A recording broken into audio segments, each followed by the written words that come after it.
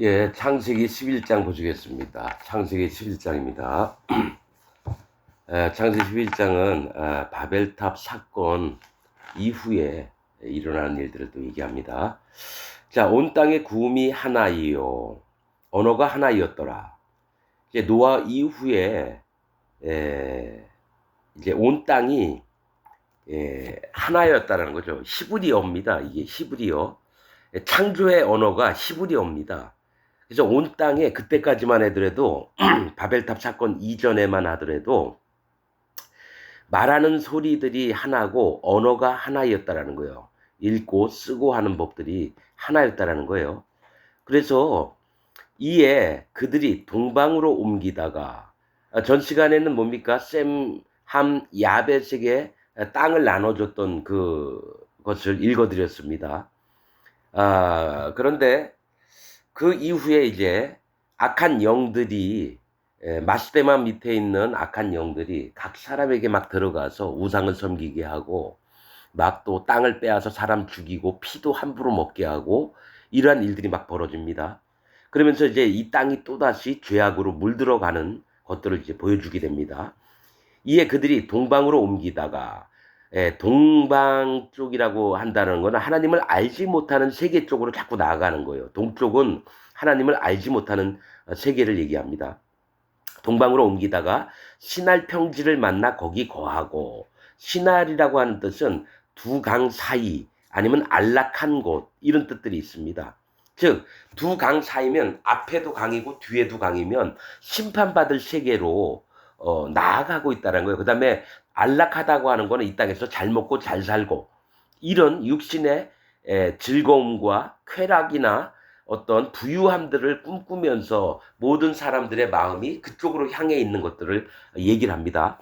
신할 평지를 만나 거기 거하고, 서로 말하되, 이게 사실은 신할 평지가 어느 쪽이냐면은 뭡니까? 바벨론 쪽이나 아니면 아수르 쪽 있는 쪽이에요. 뭡니까? 가나안 땅 있는 쪽에서 인도 쪽으로 아주 넓게 퍼진 그 광야를 얘기합니다. 신할 평지로 만나 거기 거하고 서로 말하되, 자, 벽돌을 만들어 견고히 굽자 하고, 이에 벽돌로 돌을 대신하며 역청으로 진흙을 대신하고. 자, 이 얘기는 뭐냐면 이제 바벨탑을 쌓을 건데, 이유가 뭐냐면 또 말하되, 자, 성과 대를 쌓아 대 꼭대기를 하늘에 닿게 하여 우리 이름을 내고 온 지면에 흩어짐을 면하자 하였더니 여호와께서 인생들의 쌓는 성과 대를 보시려고 강림하셨더라. 이렇게 나옵니다. 자, 사람들의 생각은 여러분, 하나님께 제단을 쌓을 때를 다듬지 않은 돌로 만들라 그랬습니다.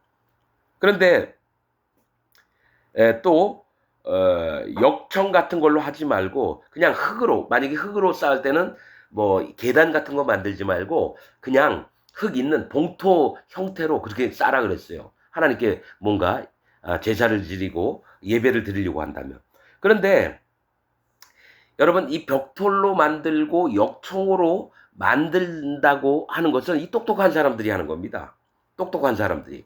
그냥 그때는 대충 다듬지 않은 돌로 막 쌓아가지고 뭐 담도 만들고 이랬는데, 이걸 일일이 네모나게 막 만든다든지 꾸며서 또 차곡차곡 많이 쌓을 수 있도록 이렇게, 이거 뭐 건축하는 사람들 지혜가 나와야 되면 똑똑해야 돼요.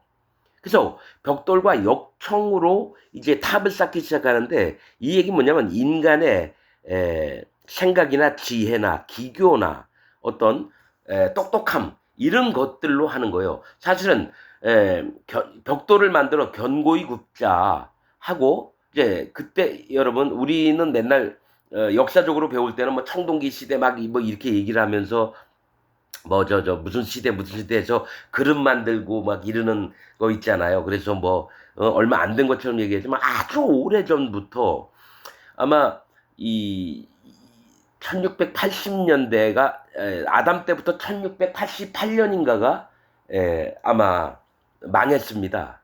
바벨탑 쌀 때에 사람들이. 그런데 아주 오래 전부터 사실은 뭐 가마를 사용해서 벽돌을 만들거나 뭐 그릇을 만들거나 이런 것이 있었을 줄로 봅니다. 성경상으로 봤을 때. 그래서 벽돌이라고 하는 건 돌은 하나님을 대신 얘기를 합니다. 돌, 바위, 반석은 하나님의 세계를 얘기를 합니다. 그런데 사람이 하나님의 세계를 이제 꾸미기 시작하는 거예요. 벽돌을 만들어서. 흙을 이어가지고 불을 막 구우면 딱딱한 벽돌이 나오는 거. 하나님은 만들어진 돌들이 아니에요.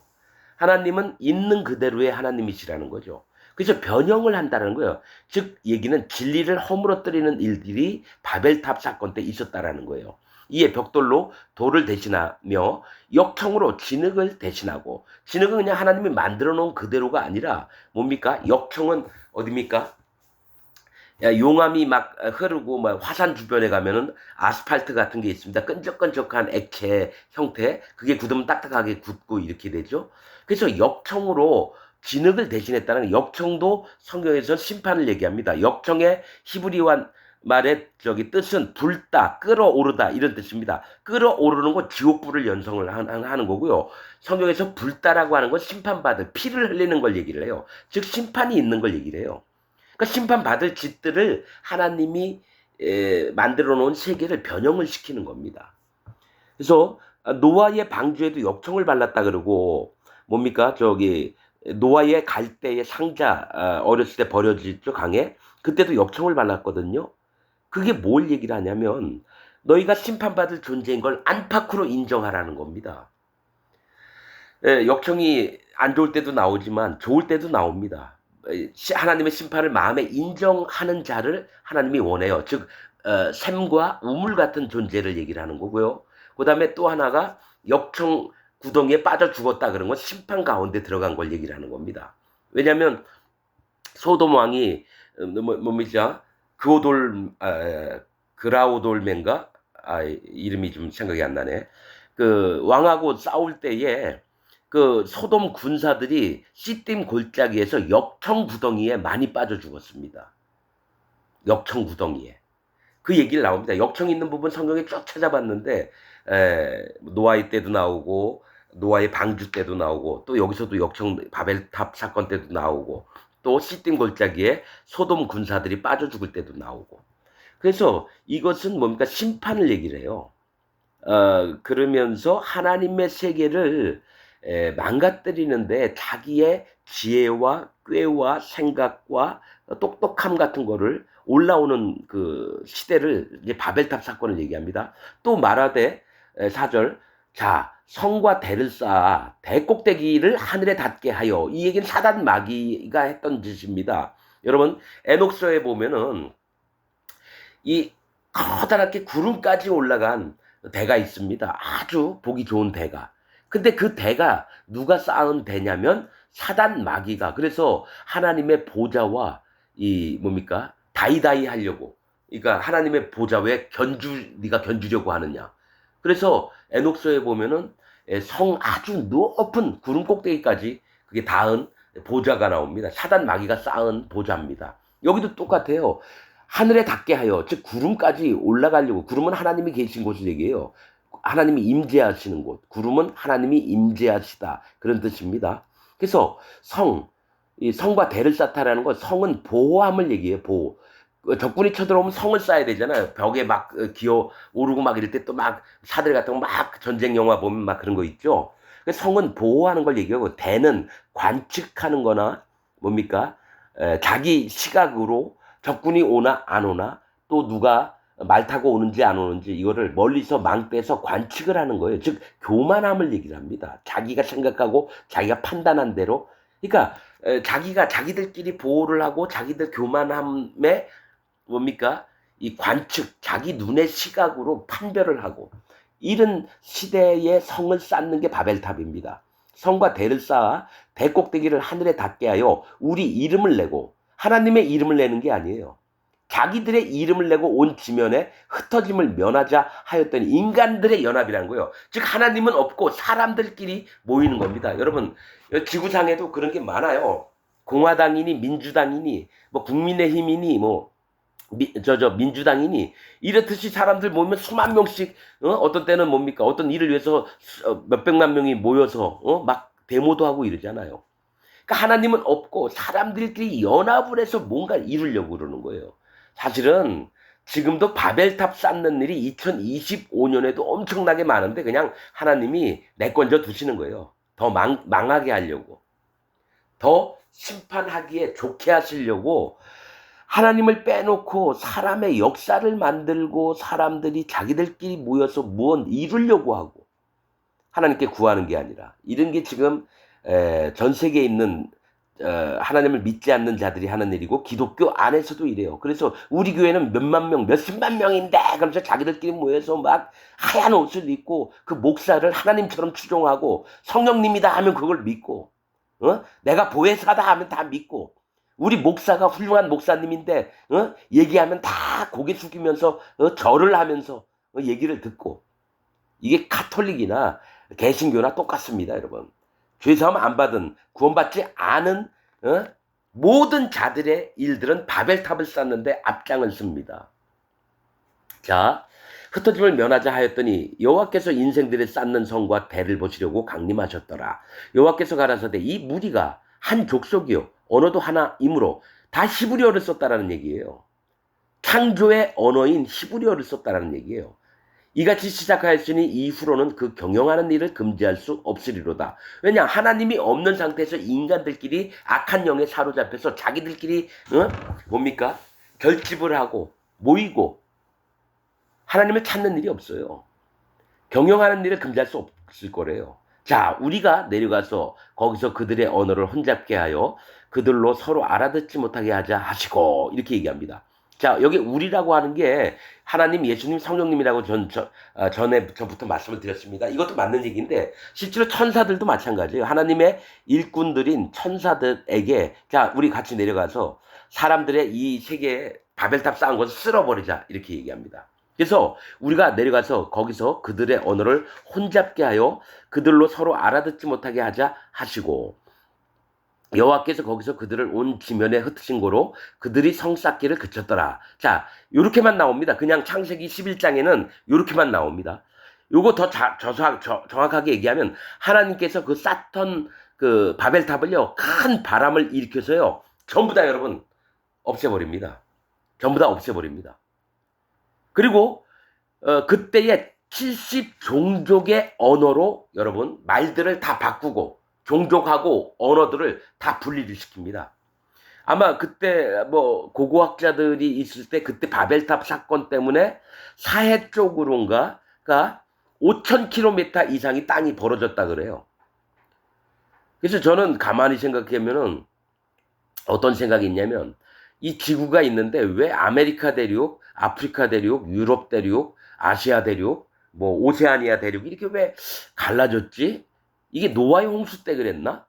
그런 생각도 나지만 저는 바벨탑 사건 때 이게 땅들이 벌어지지 않을까 싶어요. 큰 지진이 나면서 사람을 다 죽이지는 않으시고 물로 심판은 안 하신다 그랬으니까. 그래서 그때 이 지각 변동을 하셔가지고 각 대륙들을 나누셨나 이런 생각도 듭니다, 여러분. 아니면 노아 때에 그럴 수도 있어요. 노아 때에 화산 폭발도 나면서 땅에 물들이 다 올라오를 때 대륙이 벌어졌을 수도 있고 내가 뭐 고고학자가 아니까 그런 건 모르겠는데 말씀을 이렇게 보다 보면 여러 가지 생각이 듭니다. 그러면서 이 땅이 바다로 다 나눠지게 하시고 각 대륙이 나눠지게 한 게 노아 때 아니면 바벨탑 때 했겠구나. 왜냐면 바벨탑 때에 어디부턴가가 사해까지 이르기까지 한 5,000km가 이렇게 이 벌어졌다 뭐 이런 얘기가 있어서 그럴 수도 있겠다. 왜냐면 각 종족을 나누려면 뭡니까 땅에서 서로 못 만나게 해야 되잖아요. 아니면 그러니까 자기들끼리 언어가 같은 자끼리 이제 모이기 시작을 하는 거죠. 언어가 같은 자끼리. 자, 그들이 성 쌓기를 그쳤더라. 그러므로 그 이름을 바벨이라 하니 이 바벨이라고 하는 건 뭐라고요? 신들의 문도 되지만 즉 많은 잡신들이 잔뜩 있는 것도 되고 혼잡하다 이런 뜻도 됩니다. 바벨이라 하니 이 바벨탑이에요. 이는 여호와께서 거기서 온 땅의 언어를 혼잡게 하셨습니다. 여호와께서 거기서 그들을 온 지면에 흩으셨더라. 여러분 그때 히브리어를 다 사용하고 있었는데 70종족으로 나눴어요. 이 창세기 11장에 나온 얘기 아닙니다, 여러분. 다른 성경에 나온 얘기예요. 그러면서 70종족으로 나누면서 언어도 70개를 흩어 놓으셨는데 그때부터 히브리어가 사라졌습니다. 그때부터 히브리어가 사라졌고 아브라함 때에 히브리어가 다시 하나님이 아브라함의 입을 여시고 귀를 열어주셔서 그때에 히브리어를 다시 아브라함에게 주시고 하늘에서 온 돌판에 기록된 그 토라의 말씀들을 아브라함에게 다시 가르칩니다. 자, 조금씩 설명할게요. 여기선 성경에 없는 얘기입니다. 그러니까 우리가 성경 66권만 봐서는요, 하나님의 세계를 도무지 이해할 수가 없어요. 그냥 그러려니 하면서 보는 거죠. 왜냐, 거짓자들, 성경학자들, 성경 66권으로 정했던 자들, 칼빈, 존 락스, 츠빙글리, 웨슬리, 이렇게 훌륭하다고 하는 자들이 성경을 못 보게끔 만드는 거예요. 제일 좋은 게 어떤 훌륭한 사람이 한 사람 나오면 그 사람이 하는 얘기를 사람들이 존경하는 마음으로 다 듣거든요. 그 사람에게 잘못된 말들과 하나님의 잘못된 계시들을 사단 마귀가 집어넣으면 모두가 다 100% 그렇게 믿게 되는 겁니다. 지금 기독교 안에 있는 목사들은 전부 다 신학 공부를 했잖아요. 그리고 목사 안수를 받았잖아요. 학교에서 배우는 게 칼빈교리예요. 칼빈 지옥 간 자거든요. 마음에 성령님이 없었고 죄가 있는 상태로 죽었어요. 그는 의인이 아니라 죄인입니다. 그래서 칼빈의 교리를 믿는 자들은 전부 다 지옥 갑니다. 확실합니다. 왜냐하면 복음에는 하나님의 의가 나타나요. 의인은 뭡니까? 하나님의 오름, 즉 예수님을 보내서 의가 되신 예수님을 믿게 해서 마음에 죄가 없어서 마음에 성령님을 받고 의인으로서 진짜 칭의가 아니라 진짜 의인, 준비된 의인으로서 예수님을 만나야 되는데 칼빈 교리는 아직 죄인인데 하나님이 의롭게 봐주신다. 칭의론. 그 다음에 성령님이 오셔서 우리를 이미 거룩을 얻었노라. 성경엔 이렇게 얘기하는데 칼빈이 얘기한 건 뭡니까? 성화론을 얘기하면서 뭡니까? 기도와 예배와 또 말씀을 통해서 우리가 성화가 된다. 그 예수님 만나자마자 성화가 되는 건데 칼빈은 앞으로 성화가 될 거다라고 얘기한다는 거예요. 그래서 칼빈의 칭의론, 예정론, 성화론은 전부 다 성경과 맞지 않습니다. 그거를 모든 대학교에서 칼빈 교리를 다 가르칩니다. 그리고 그걸 전파하는 자가 지금 기독교 안에 있는 목사들입니다. 전부 다 거짓자입니다. 하나님의 종들이 아닙니다. 자, 그들을 온 지면에 흩으셨더라. 자, 셈의 후예는 이러하니라. 이제 여기부터는 노아의 자식들의 이름에서 이제 셈만 나옵니다. 이제 그 후예들이. 자, 셈의 후예는 이러하니라. 셈은 이름 뜻이 명성, 유명하다. 이름 뜻이고요. 이러하니라. 셈은 100세에 곧 홍수 2년에 아르박삿을 낳았고, 그러니까 르바루산에 아라랏산 중에 르바루산에 배가 정착을 했어요. 그 이후에 2년 있다가 아르박삿을 낳았습니다. 아르박삿을 낳은 후에 500년을 지내며 자녀를 낳았으며 아르박삿은 35세에 셀라를 낳았고, 여러분 창세기에는 아르박삿 다음에 바로 셀라로 넘어갑니다. 아르박삿은 누구를 낳았냐면 게난을 낳았습니다. 게난에서 셀라로 넘어갔습니다. 왜 게난을 뺐을까요? 우상 섬기는 자가 나왔다라는 거예요. 그러니까 노아에게서 모든 하나님의 율법들을, 그러니까 모세 이전의 율법과 토라들을 받은 게 셈입니다. 노아에게. 그 셈이 아르박삿에게 이걸 전달을 했어요. 그 모든 글들 기록했던 거를 아르박삿은 셀라에게 전했습니다.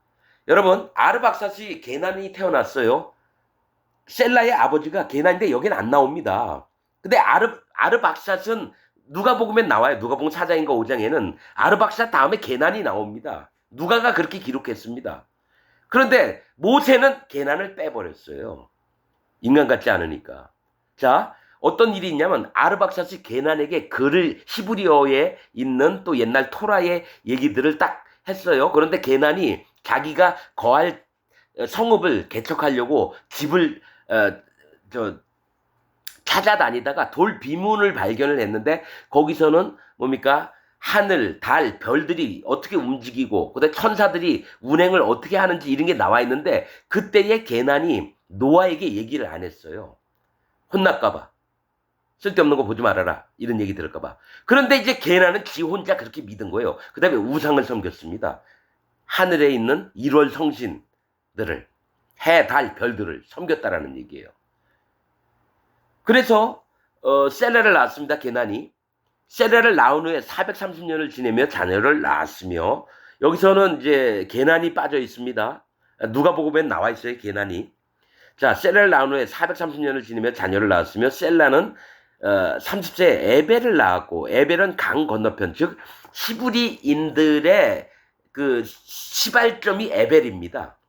강 건너편 히브리인이 뭡니까? 강 건너 온 자 이런 뜻입니다. 자, 그런데 에벨을 낳았고 에벨을 낳은 후에 403년을 지내며 자녀를 낳았으며 에벨은 34세에 벨렉을 낳았고 벨렉을 낳았잖아요.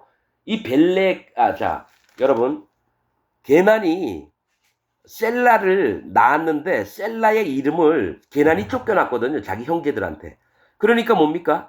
자기가 셀라라는 이름 뜻은 투창, 창을 던지다라고 하는 이름 뜻도 있지만 완전히 보내버리다 이런 뜻도 있어요. 그러니까 게난이 쫓겨났을 때 그 아들을 낳고 자기가 그러한 일을 당했기 때문에 완전히 보내버리다. 이렇게 셀라를 이름을 줬다는 거예요. 셀라에게서 그러면 에벨이 났어요. 에벨에서 그 다음에 벨렉이 나왔는데 벨렉 때에 어떤 일이 일어났느냐면은 바벨탑 사건이 일어났습니다. 그 벨렉은 나뉘다라고 하는 뜻이에요. 벨렉이. 그래서 에벨은 34세에 벨렉을 낳았고 벨렉의 동생이 욕산입니다. 욕산. 욕산에게서 나온 자들은 험악한 자들이 막 태어납니다. 거기서 구원받을 자도 있지만은 뭡니까? 악한 자들, 악한 영에 이끌려서 사는 자들이 많이 나옵니다. 자, 뭐라 그랬죠? 그 욕산이 아니라 욕단입니다. 욕단의 이름 뜻은 무자비하게 때리다 이런 뜻입니다. 그러니까 이 벨렉하고 욕단이 나왔는데 그때 무자비하게 쓸어버리고 왜냐면 분명히 셈과 함과 야벳에 노아가 땅들을 나눠주면서 서로 침범하지 말라. 그러면 저주받는다. 얘기를 했는데 이 가나안이 이 땅들을 막 함부로 막 뺏고 사람 죽이고 전쟁을 막 만들고 이럽니다, 여러분. 지금 이게 얘기했지만 이거 다 몇백 년을 얘기하는 거예요. 우리는 한 세대 한 세대에서 100년 안짝으로 생각하죠. 아니라 이들은 뭡니까? 몇백 년을 두고 지금 이렇게 얘기를 하는 겁니다. 벨렉을 낳았고 벨렉을 낳은 후에 430년을 지내며 자녀를 낳았으며 벨렉은 30세에 르우를 낳았고 르우는 친구라는 뜻입니다. 르우를 낳은 후에 209년을 지내며 자녀를 낳았으며 지금 이게 계속 쭉 얘기하면서 아브라함 때까지 이제 얘기를 하는 겁니다. 209년을 지내며 자녀를 낳았으며 르우는 32세에 수룩을 낳았고 수룩은 활이라고 하는 뜻입니다. 활. 좀 이따 다 설명할 겁니다. 왜 르우는 수룩이라 나왔고 수룩을 낳은 후에 207년을 지내며 자녀를 낳았으며 수룩은 30세에 나후를 낳았고 나홀을 낳은 후에 200년을 지내며 자녀를 낳았으며 자 나홀은 29세에 데라를 낳았고 자 어디부터냐면은 아브라함의 할아버지들 3, 4대가 우상을 계속 섬겼습니다. 여러분 갈대아 우르 지방에서 아마 르우 때부터던가 그럴 거예요. 벨렉 때에 바벨론 사건이 있고 그 다음에 갈대아 우르에 지냈는데 거기서 이제 우상 섬기기를 시작합니다. 그래가지고 그 아브라함의 윗대손 그 4대 할아버지들이 계속 나오는데 이제 데라가 아브라함의 아버지거든요. 근데 아브라함이 따집니다. 왜 말도 못하고 얘기도 못하는 이 우상을 왜 섬기느냐. 여기 성경에 그런 얘기 없습니다. 에녹서에 신년서 모세가 썼던 소창세기 신년서에 보면 그게 정확히 나와 있어요. 여기 이것만 보면 알 수가 없어요, 여러분. 자, 나홀은 29세에 데라, 즉 아브라함의 아버지를 낳았어요. 데라를 낳았고 데라를 낳은 후에 119년을 지내며 자녀를 낳았으며 데라는 70세에 아브라함과 나홀과 하란을 낳았더라. 이렇게 나옵니다. 아브라함의 이름 뜻은 아브라함이 되기 전에 이름이 아브라함입니다. 이 아브라함은 왜 이름이 아브라함이냐면요.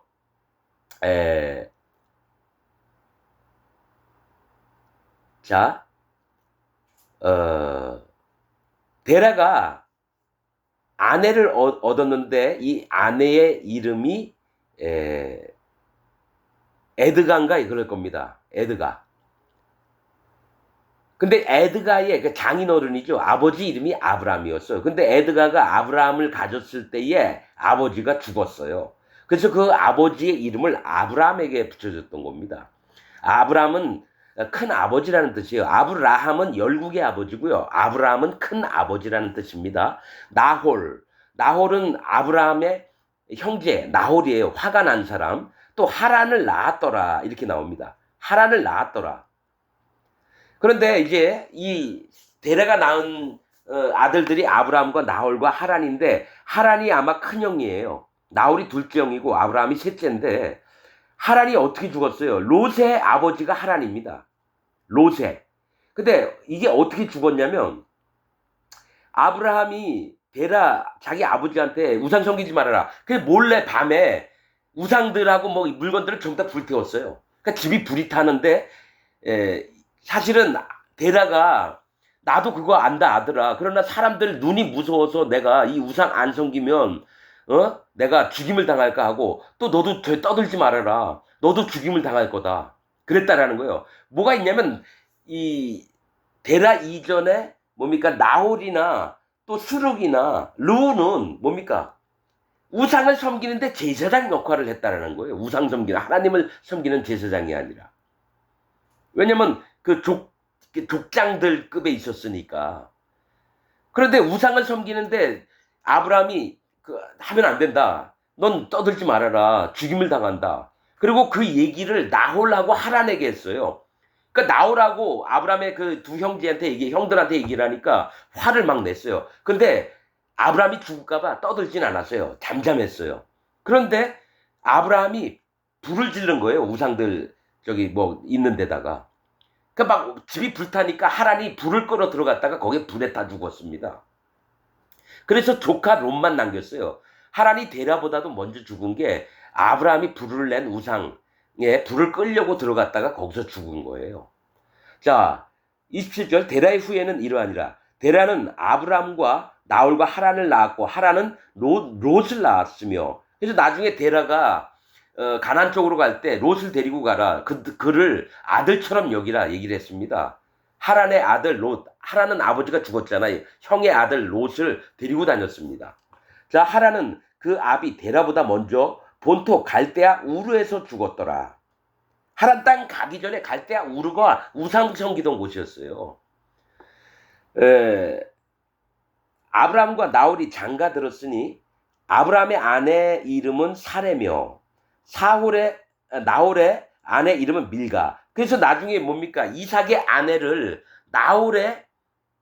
나홀과 밀가의 그 딸 리브가를 데리러 이제 나중에 가게 되는 거예요. 그래서 그 이름을 기록한 겁니다. 밀가니 하란의 딸이요. 하란은 밀가의 아비며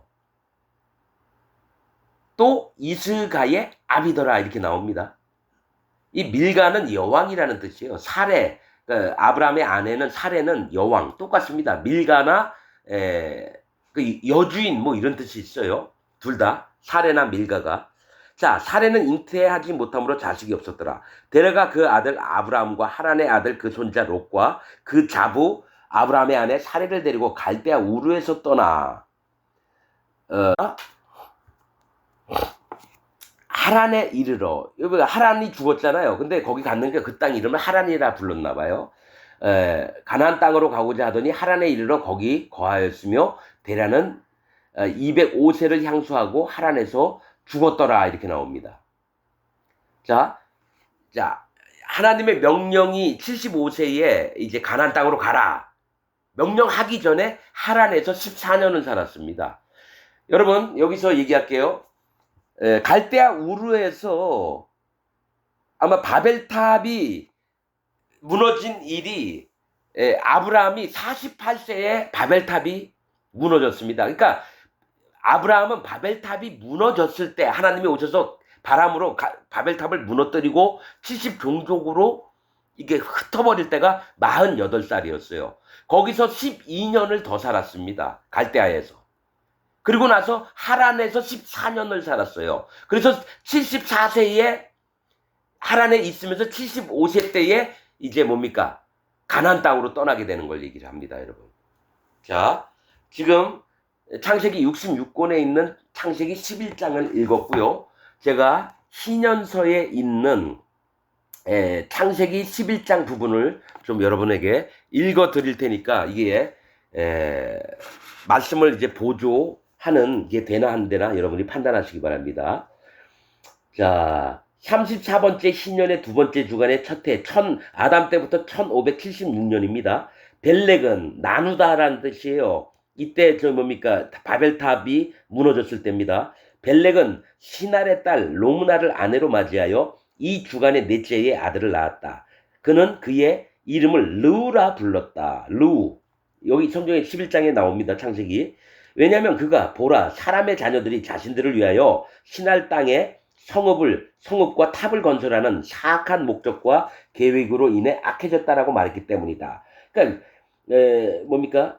벨렉은 이제 사람들이 악해진 걸 알았어요. 그 아들의 이름을 루라고 불렀다라는 거예요. 루. 근데 그 이름이 사악한 목적과 계획으로 악해졌기 때문이라고 말했기 때문이라고 해서 그 아들 이름을 그런 쪽으로 줬다라는 얘기예요. 뭐 히브리어 정확한 뜻을 모르니까 그냥 말씀에 있는 것만 이제 얘기를 할게요. 그들은 아라라 땅에서 떠나 시나를 향해, 즉 루루 산을 떠나서 그러니까 아라라 땅에 있는 루루 그 산에서 떠나 시날, 그러니까 두 강 사이 아니면 안락한 곳을 향해 동쪽으로 갔으며, 이거 창세기 11장에 있는 내용입니다. 그의 시대에 그들은 성읍과 탑을 건축하였고 가서 하늘에 닿기까지 올라가자라고 말했다.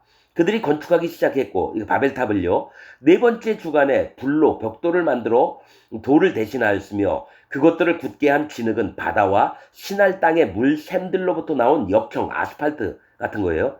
예, 이 시날 땅의 물샘들이라고 하는 건 뭡니까? 그러니까 물샘들이라고 하는 건 끓어오르는 용암이 있는 곳에 가가지고 역청 끈적끈적한 걸 갖다가 그걸 만들었다는 거예요. 그들은 43년 동안 짓기를 계속하여 바벨탑을 올리는데 43년 동안 짓기를 했다는 거예요. 이게 뭐냐면 1645년에서 아담 때부터 1688년에 이 바벨탑을 짓기를 계속하여 탑을 건축했대요. 그 폭이 203개의 벽돌이었고 엄청나게 큰 돌이었나 봐요. 벽돌의 높이는 폭의 3분의 1이었다. 벽돌의 높이가 그러니까 길쭉했다라는 거예요. 길쭉했다라는 거예요. 돌들이. 그러니까 뭐죠? 피라미드 같이 그렇게 쌌나 봐요. 폭이 3분의 1이었다. 그 높이는 5433 규빗이었고 이 한 규빗이 45cm거든요. 그거를 정확하게 얘기하면 2444.85m입니다. 그러니까 뭐냐면 2km 하늘로 올라간 높이가 2km 2km예요. 2km면 엄청 높죠? 2km 여러분 우리 에베레스트 산이 1884인가 뭐 64인가? 그렇죠?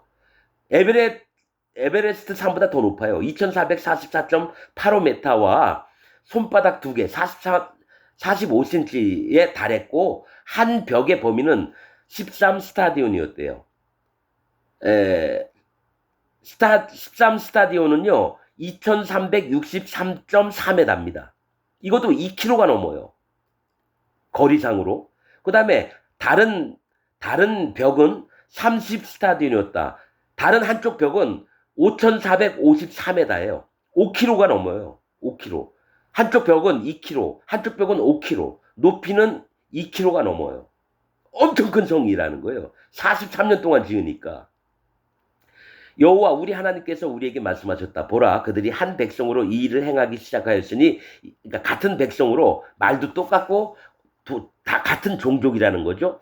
이제는 어떠한 것으로도 그들이 하고자 하는 일을 막지 못할 것이다. 자, 우리가 내려가서 그들의 언어를 혼동케 하여 그들이 서로의 말을 알아듣지 못하게 하고, 그들이 성읍들과 나라들로 흩어지게 하자. 심판의 날이 이르기까지 한 가지 목적과 계획이 더 이상 그들에게 남아있지 않으리라.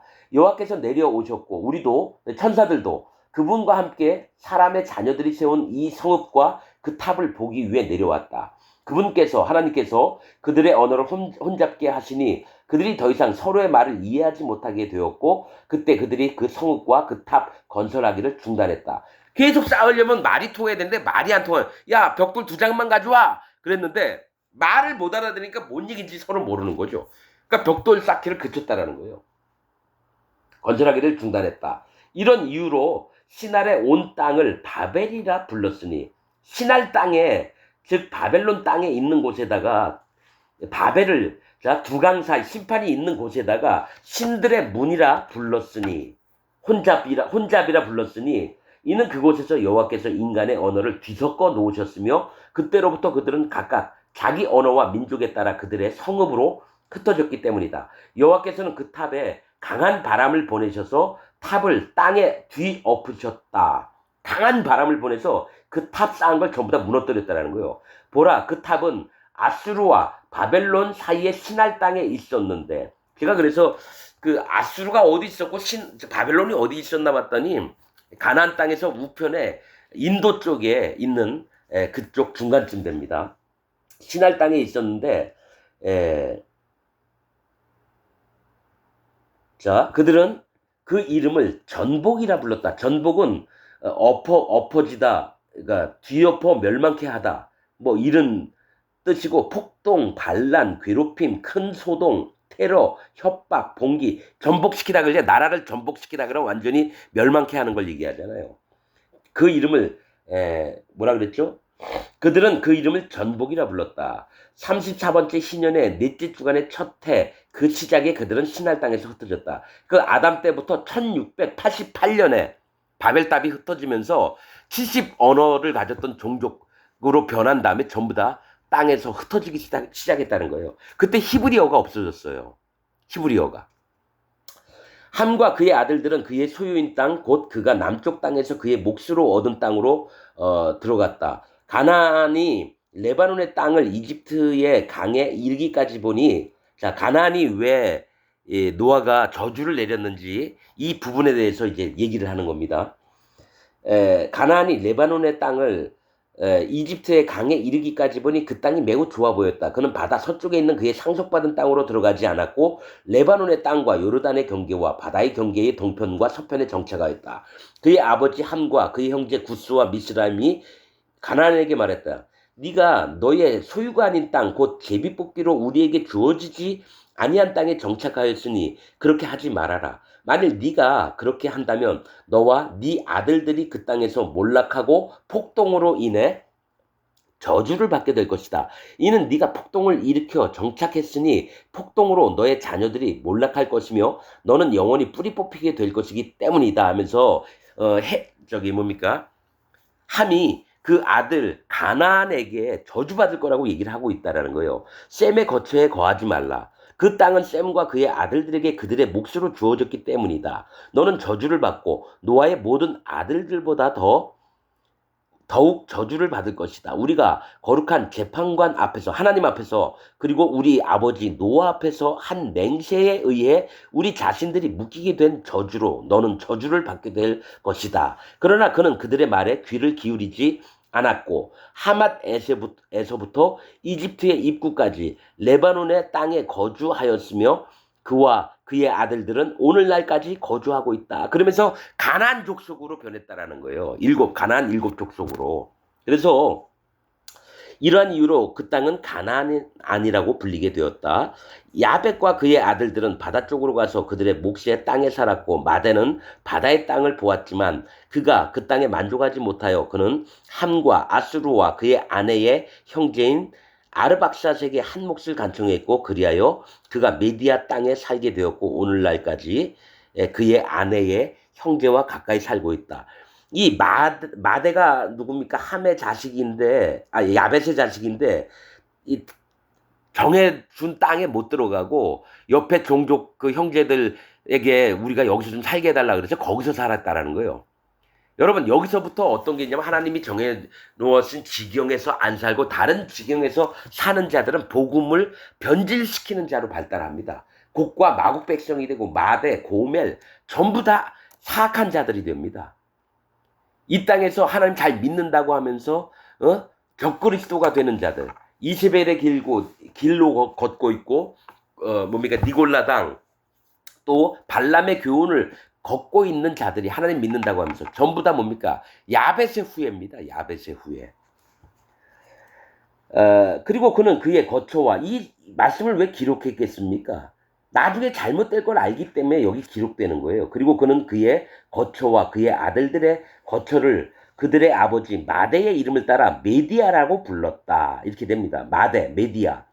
자, 35번째 신년의 셋째 주간에 첫 해에 르우는 자신을 위해 아내를 맞이했는데 그녀의 이름은 오라였고 케세드의 아들 우르의 딸이었다. 이 신년의 이 주간의 일곱째 해에 그녀는 아들을 낳았고 그는 그의 이름을 세로흐라고 불렀다. 세로흐라고 여기 나와 있는데 이 세로흐가 나중에 스룩이라고 이름을 바꿉니다. 스룩, 활이라고 하는 뜻인데 자, 왜 그러냐면 이 신년 동안 노아의 자손들은 서로 싸우기 시작했으며 서로를 포로로 잡고 죽이며 땅에 인간의 피를 흘리고 피를 마셨으며 이렇게 하지 말라고 하늘의 율법서에서는 계속 얘기를 했었거든요. 살인하지 말고 피 흘리지 말고. 자, 땅에 인간의 피를 흘리고 피를 마셨으며 성벽과 탑이 있는 견고한 성읍들을 세우기 시작했다. 사람들은 다른 민족 위에 자신을 높이며 왕국들을 세우기 시작했다. 사람들은 전쟁을 일으키며 민족이 민족을, 나라가 나라를, 성읍이 성읍을 대적하여 싸웠다. 모두가 악을 행하며 무기를 만들고 아들들에게 전쟁을 가르쳤다. 그들은 성읍들을 점령하기 시작했고 남자와 여자를 노예로 팔기 시작했다. 이때부터 사람을 노예로 팔기 시작했다는 거예요. 케세드의 아들 우르는 갈대아의 우르라는 성읍을 세우고 그 성읍의 이름을 자기 이름과 아버지의 이름으로 불렀다. 그러니까 르우 때부터 사실은 우상을 섬기기 시작했던 것 같아요. 그들은 자신들을 위해 형상을 부어 만들고 각 우상과 그들이 자신들을 이게 아브라함의 위에 있는 할아버지들이 이렇게 했다라는 거예요. 그들은 자신들을 위해 형상들을 부어 만들고 각 우상과 그들이 자신들을 위해 부어 만든 형상을 숭배했으며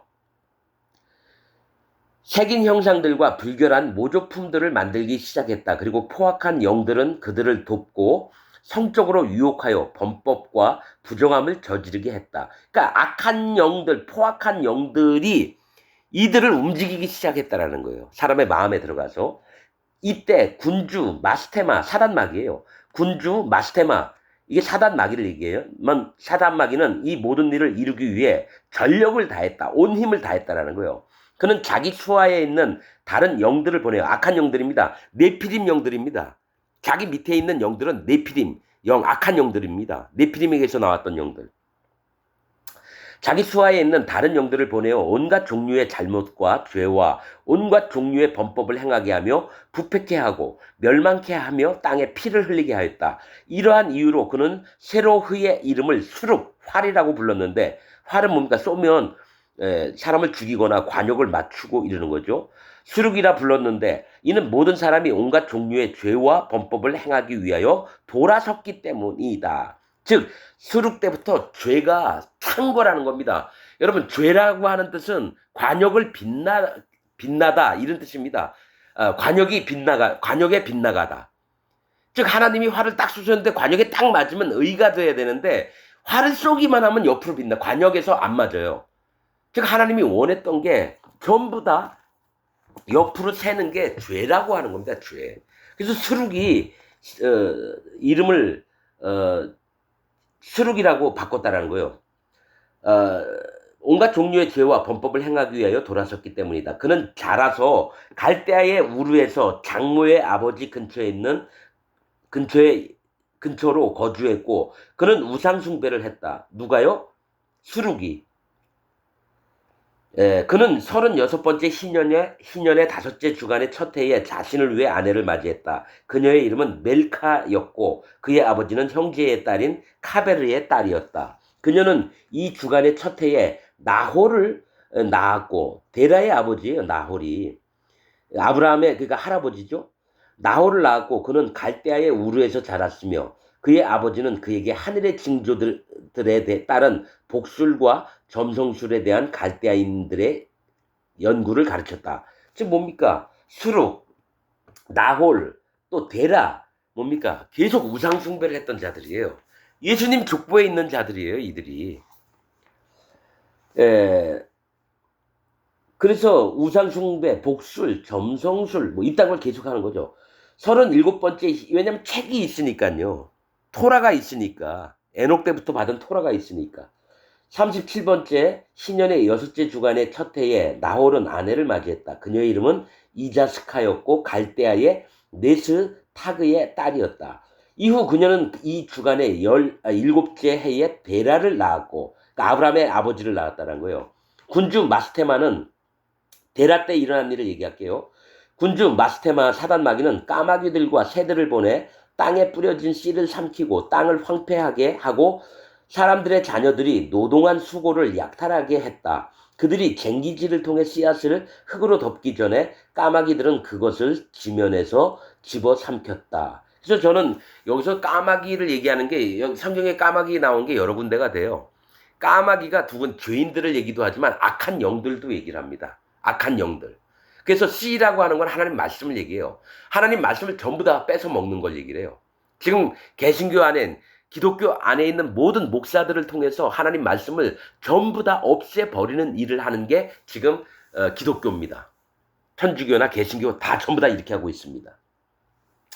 까마귀들과 새들을 보내 땅에 뿌려진 씨를 삼키고 땅을 황폐하게 하고 사람들의 자녀들이 노동한 수고를 약탈하게 했다.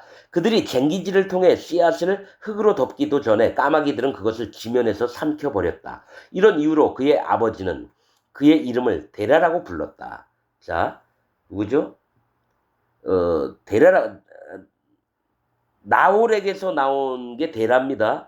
근데 그 이름을 데라라고 했는데 데라의 뜻은 황폐하게 된 이라는 뜻입니다. 그러니까 아브라함의 아버지 이름이 황폐하게 된, 그냥 구약 66권 중에 창세기를 읽으면 이 뜻을 알 수가 없어요. 왜 황폐하게 됐을까? 근데 신년서를 보면 이제 해석이 되는 거예요. 왜냐면 그때 농사를 줘도 새들이 와서 전부 다 씨를 먹어버리니까 먹을 게 없어지는 거예요. 그 이름을 데라라고 불렀다. 이는 까마귀들과 새들이 그들을 궁핍하게 하고 그들의 씨를 집어삼켜 버렸기 때문이다. 새들이 나무들의 모든 열매를 먹어 치웠고 수년 동안 그 새들 때문에 땅이 열매 맺지 못하기 시작했다. 그들의 시대에는 큰 노력을 들여야만 땅의 열매를 조금이나마 얻을 수 있었다. 이 39번째 신년의 둘째 주간의 첫 해에 데라가 아내를 맞이했다. 그녀의 이름은 에드나였고 아브라함의 딸, 그러니까 곧 그의 아버지의 누이의 딸이었다. 그리고 이 주간에 일곱째 해에 그녀는 아들을 낳았고 데라는 그의 어머니의 아버지의 이름을 따라 그의 이름을 아브라함이라고 불렀다. 그러니까 아브라함은 데라의 장인어른의 이름이었다라는 거예요. 이는 그가 그의 딸 에드나 딸이 아들 아브라함을 임신하기 전에 죽었기 때문이었다. 그러니까 아내의 아버지가 먼저 죽어서 그 이름을 아브라함에게 붙여줬다는 겁니다. 자, 그 아이는 모든 자들이 새긴 형상들과 부정함을 따르며 타락해버린 세상의 오류들을 이해하기 시작했고 이 아이가 아브라함입니다. 그의 아버지는 그에게 글쓰기를 가르쳤다. 그러니까 아브라함 때도 글쓰기가 있었어요. 왜냐하면 에녹 때부터 하늘나라에서 히브리 창조의 언어를 배웠기 때문에 계속 전승이 내려왔다라는 거예요. 그의 아버지는 비록 우상을 섬겼지만 그에게 글쓰기를 가르쳤다. 그리고 그가 14살 되었을 때에 그는 이게 1890년입니다. 아담 때부터 1890년이 아브라함이 14살이 됐을 때예요. 그는 아버지와 함께 우상들을 숭배하지 않으려고 아버지로부터 스스로를 분리했다. 아브라함은 만물을 지으신 창조주께서 사람의 자녀들의 오류들에서 자신을 구원해 주시도록 그의 분깃이 부정함과 사악함을 따라 잘못에 빠지지 않도록 기도하기 시작했다. 땅에 씨를 뿌리는 파종의 때가 왔을 때 그들 모두가 그 까마귀들로부터 그들의 씨를 보호하기 위해 다 함께 나갔고 아브라함도 그들과 함께 나갔다. 그 아이는 14살 소년이었다. 아브라함 14살 때 일어난 일을 얘기합니다.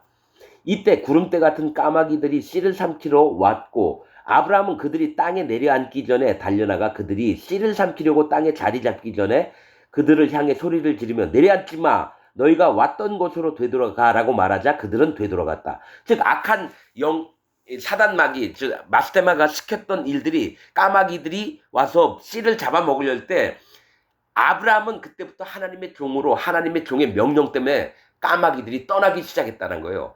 그 수많은 사람들이 그걸 보면서 아브라함에게는 특별한 능력이 있고 이걸 보면서 선지자처럼 여겼다라는 거예요. 아브라함 14살 때부터. 자, 그는 그날 까마귀 구름대를 70번이나 돌려보냈으며 아브라함이 있던 온 땅에서는 까마귀가 한 마리도 그곳에 발붙이지 못했다. 온 땅에서 아브라함과 함께 있던 모든 사람이 그가 외칠 때 모든 까마귀들이 되돌아가는 것을 보았고 그의 이름은 온 갈대아 땅에서 위대해졌다. 그러니까 선지자로 여겼다는 거야, 아브라함을.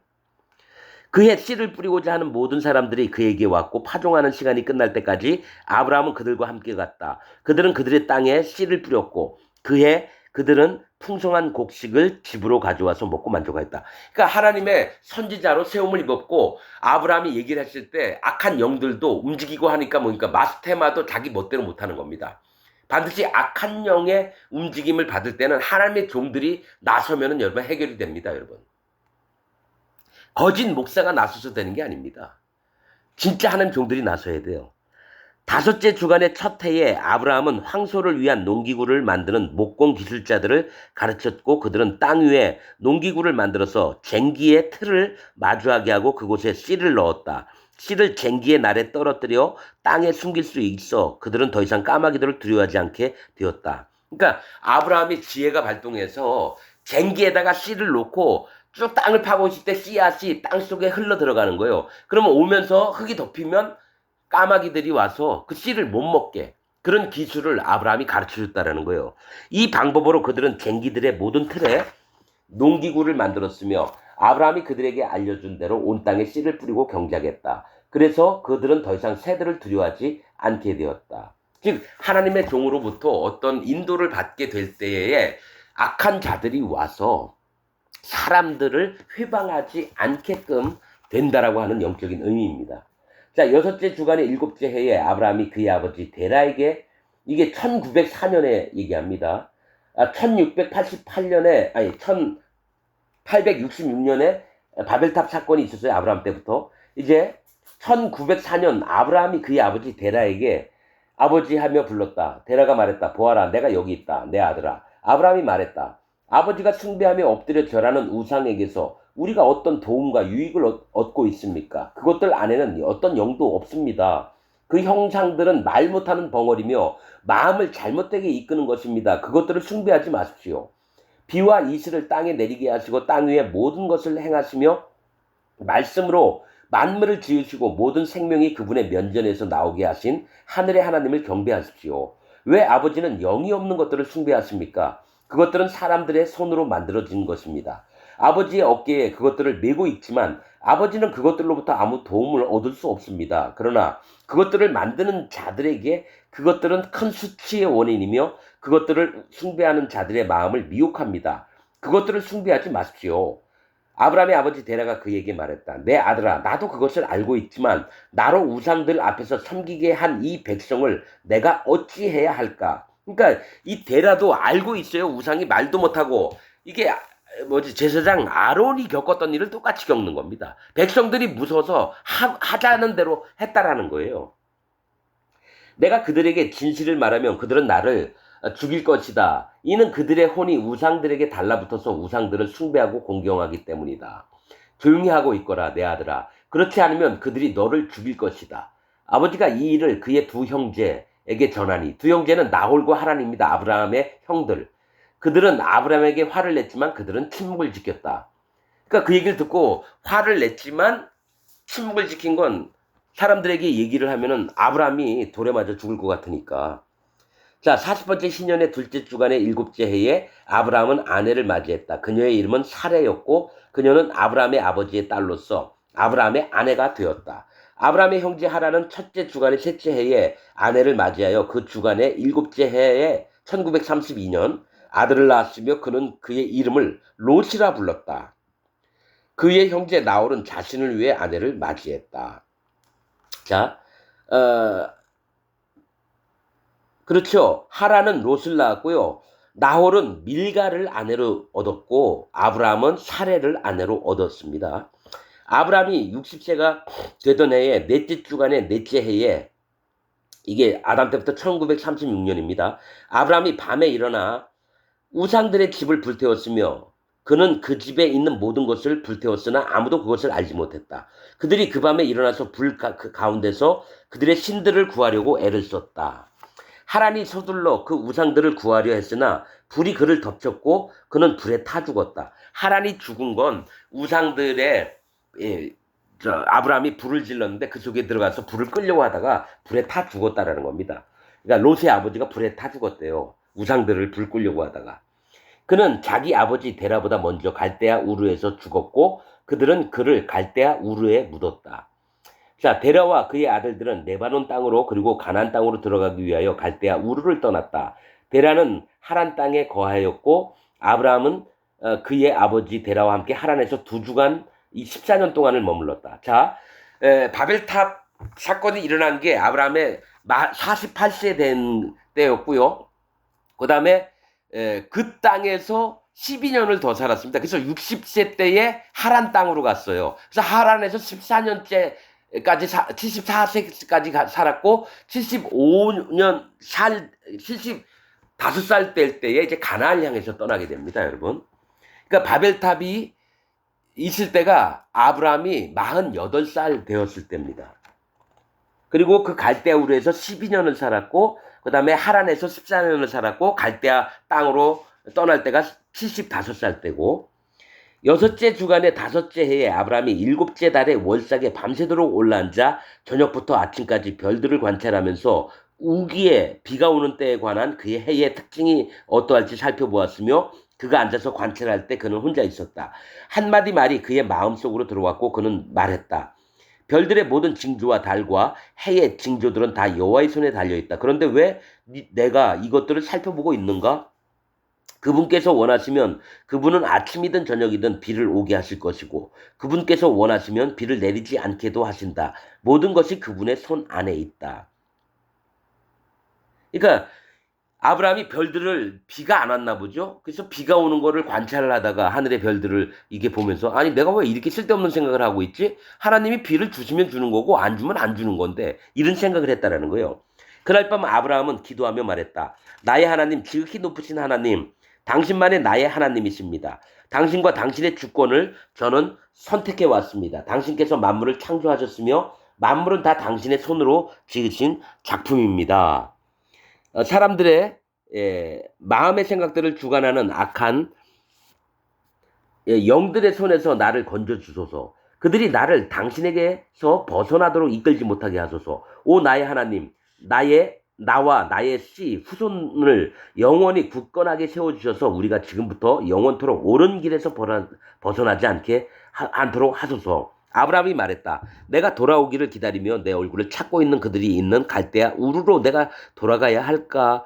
여기 이곳에 머물러 있어야 할까? 당신 앞에 있는 길이 당신의 종을 통해 형통하게 하셔서 종이 당신을 섬길 수 있게 하소서. 내 마음의 그릇됨으로 행하지 않게 하소서. 오 나의 하나님 하면서 창세기 11장 있는 부분들이 신년서에 있는 걸 읽어드렸습니다, 여러분. 여러분 이 쭉 보면서 창세기만 보면은 이게 어떻게 됐는지를 모르는데 신년서를 보면 답이 나와요.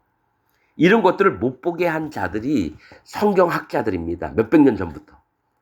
이름 있는 자들이 전부 다 이게 이단이다. 근데 이제 마음에 하나님 말씀을 찾는 자는 이걸 보면서 하나하나 이해가 되는 거예요. 이런 일이 있었구나. 이래서 사람들 마음이 이랬고. 바벨탑 사건도 여러분 66권을 보면 안 나와요. 사람들이 왜 이렇게 했고 마음이 어떻게 망가졌고 또 함의 자식 가나안이 왜 가나안 땅에 들어가 살게 됐고 성경에 안 나옵니다. 그러나 신년서나 에녹서를 보면 이해가 되는 게 너무 많아요. 여러분들이 판단하시길 바랍니다. 오늘 말씀 여기서 마치겠습니다.